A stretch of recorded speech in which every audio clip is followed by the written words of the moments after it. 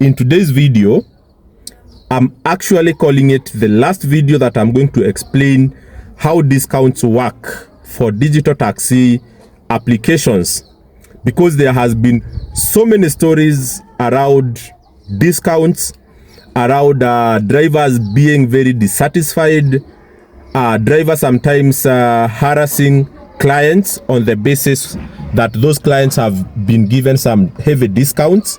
But this video, I am actually going to base it on a real-time experience.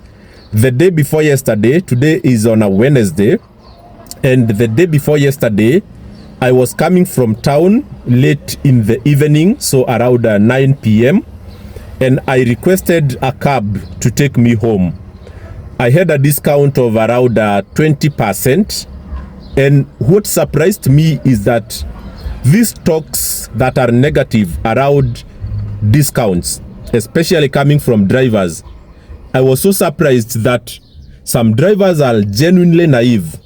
They don't understand how discounts work, and for that reason, they end up becoming very bitter and always being angry against Uber, against Bolt, against Faras, all these taxi companies. They feel very angry against them, and they also extend that anger to the client, because that gentleman who took me home, and he was an elderly guy, I would say in his 50s.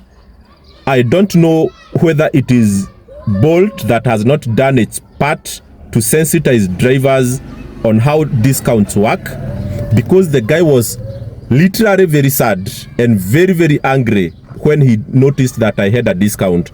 Because for me, I don't like asking clients, when I am carrying clients, I don't ask them how much did it charge you, how much did it show you from your side. As a driver, I don't think it is a good show of good character when you ask a client, even before you go to pick them, when you ask them how much did it show from their side. You know, they fear that if they tell you certain amount, you might pick them with an attitude, or you might completely refuse to go and pick them. So this driver, the day before yesterday when he called me, he asked me how much it showed from my side. And to be honest, I had seen the amount. I knew I had a discount of around 20%, but I told him I have not seen. I told him that I did my request in a hurry, and I did not see the amount that it indicated there. So because I didn't want the guy to start arguing and start negotiation, so he asked me, has it shown you that it has a discount? I told him, my bro, I told you I did not check. So are you coming to pick me, or are you not coming? So he said he's coming, and he came. And you know, we had a discussion. Of course, being a person who knows this industry quite well, I asked some questions just to gauge whether the driver was just playing his games to make sure that he gets the maximum money from me, or he was literally naive. He did not know how discounts work. So when we started that conversation, I actually came to understand him, because he was saying that Bolt and Uber and Faras, that those companies are actually thieves. If you saw his face, the way he was speaking about these companies, you would know that definitely there is a gap in knowledge. And the driver that carried me on that day, I am telling you, he's not alone. You get my point? These drivers, a lot of them don't know how discounts work. And that's why I said I have to do this video, so that I can educate anyone who is a driver on these taxi platforms, who is not certain how discounts work. And also for the clients, people who request Uber and Bolt and others, I think this video is also of very great importance for you, so that it can help you to manage conversations. When a driver confronts you and tells you your discount does not count, when you have a discount is a loss for them, I want to help you understand, so that you know what actually happens when these discounts are applied, and who gains and who loses. And at the end of this video, of course, we will analyze and give a takeaway why these discounts are actually very important when it comes to promoting usage of these taxis and penetration. As I mentioned before, Nairobi is such a big county. You know, we have over 6 million inhabitants, people who live also in surrounding counties, and very, very few people use taxis today. If you don't have incentive measures to promote more people to use taxis, then the industry will not grow. So if we don't have incentive measures, the industry will not grow and drivers will continue, you know, to be dissatisfied. And I have made a few notes here so that I can help you just understand how discounts work. And guys, this is the last video I am going to make about discounts. And let us rest this matter once and for all. Okay? And if you have questions about discounts, please reach out to me separately, individually, and then I'll help you understand if this video probably does not make sense to you. So let us do this. Okay? For you to understand the context of discounts, first of all, it's an incentive measure that is given by these taxi companies to clients, first of all, to promote affordability. We know sometimes people don't have money to spend, and when the minimum you can pay for per trip is 220 shillings, some people avoid taxis altogether.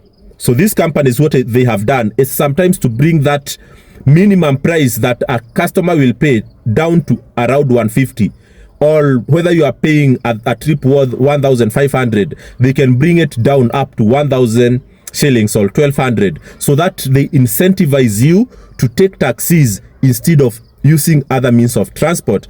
And by you requesting taxis, at the same time, you create job opportunities for drivers who are waiting parked along the streets, along the roads, waiting for you to make that request. In absence of discounts, and we know discounts do not only apply in this industry of taxis. You go to any shop, from time to time they have discounts, and these discounts, if you go to the history of sales and marketing, they have their place in businesses, and they are not there always, and they are not there for everyone.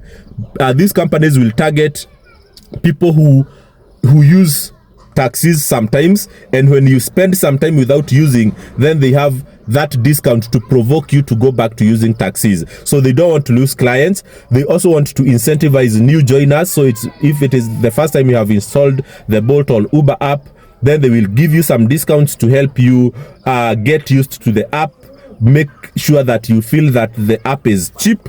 But once you become a very, very regular user, from time to time you could have discounts, but especially if you are using cards, sometimes you will not have discounts, because they know you are a guaranteed client that they are not at risk of losing. So how these taxis work, how these discounts work with taxi. First of all, you need to understand a driver must have a driver's account. So whether you are working with Bolt or Uber or Litrocab, there is an application that every driver must install in their phone. So that application normally will have the driver's details, like the personal identification details, the ID. That's where you upload all the documents, your driving license and everything. But the most important things I want you to understand is that the account will have the client ratings. So for all the customers that driver has ever carried, and they gave a rating of stars 1 to 5, it indicates the ratings. So there is a 4-star driver, 5-star, 6-star driver. So that will be seen inside the app.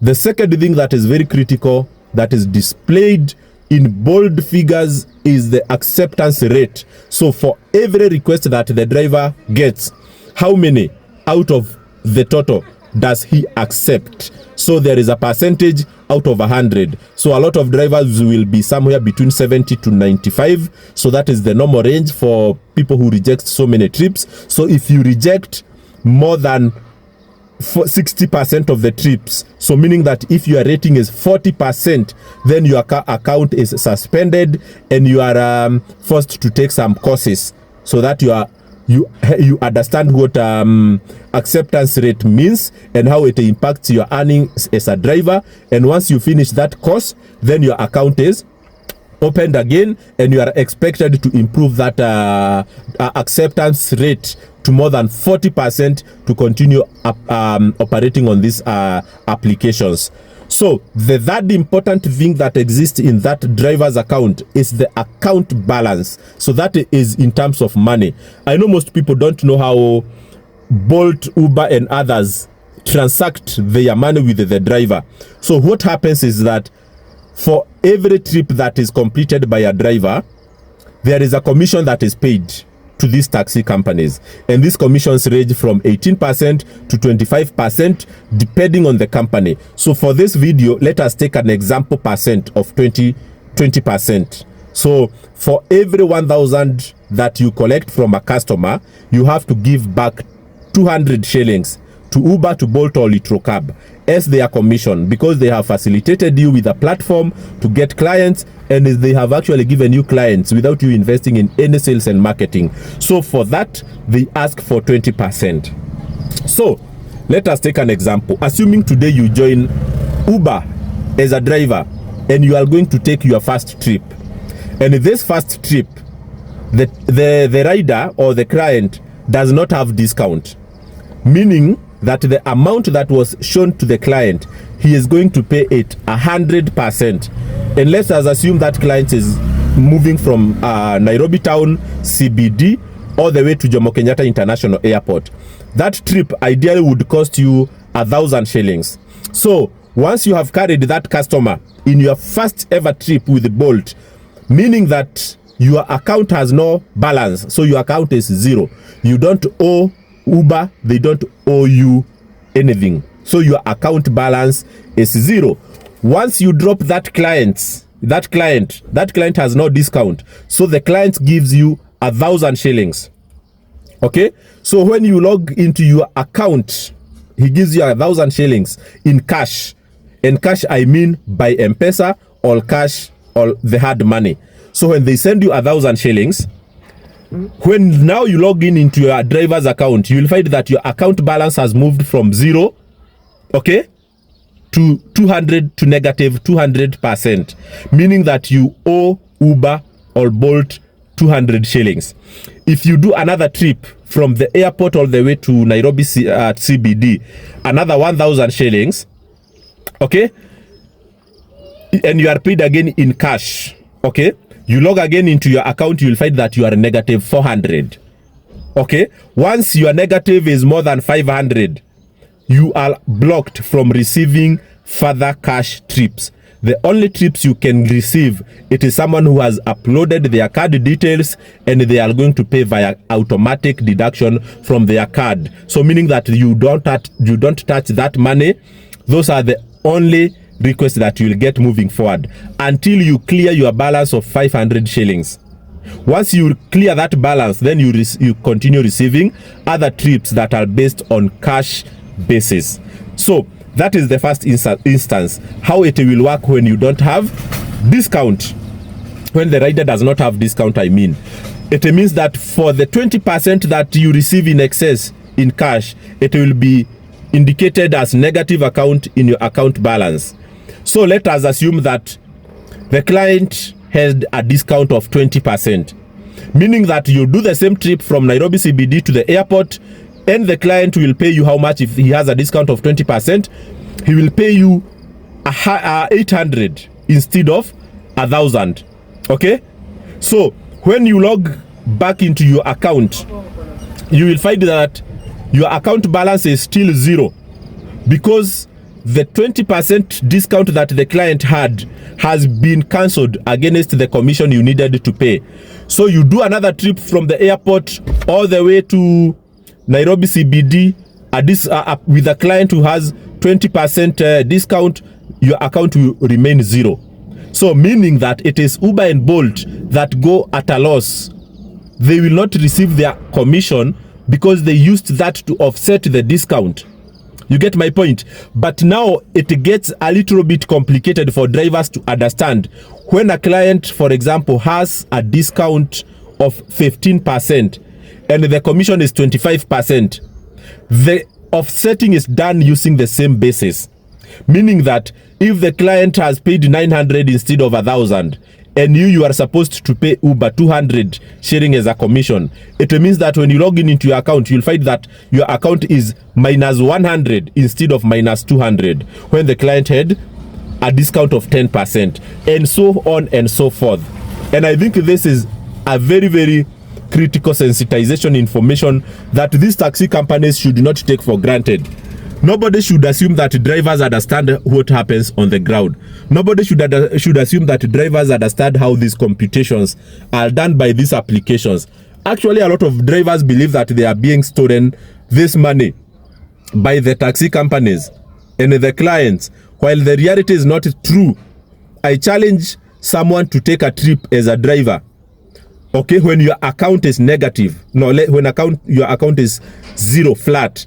So make sure that you clear all the balance you have inside your account and just take one trip that has discount, okay, and then go back to your account and see what will be the account balance.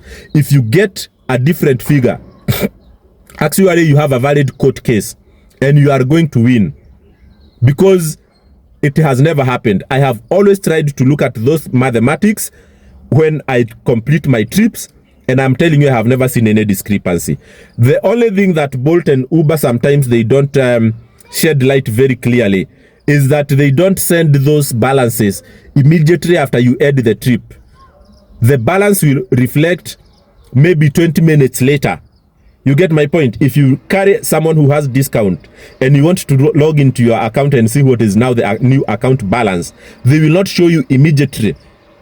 So drivers will not wait for 20 minutes before they carry the next client so that they can wait there to see what is the account balance. So many drivers don't care to check the balance. So what they do is just continue carrying customers, but they are feeling that there is a deficit. There is an information they have been missing all through, okay? Because they have not waited for 20 minutes to see the account reflect, and they can't wait actually 20 minutes after every trip for them to see what account is, what numbers are reflecting in the account. So work that Bolt needs to do is to immediately after the trip is completed to reflect the actual account balance with the details of the most recent completed trips included.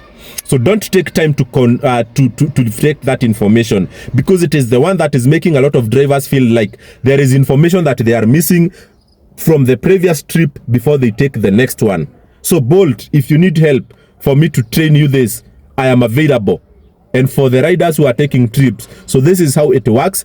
And this does not mean that I am saying you should not tip your drivers. Please tip them generously, but from the point of understanding. Make sure that you understand that your tip is out of goodwill and it is not out of coercion. I hope my video is clear for today. Goodbye.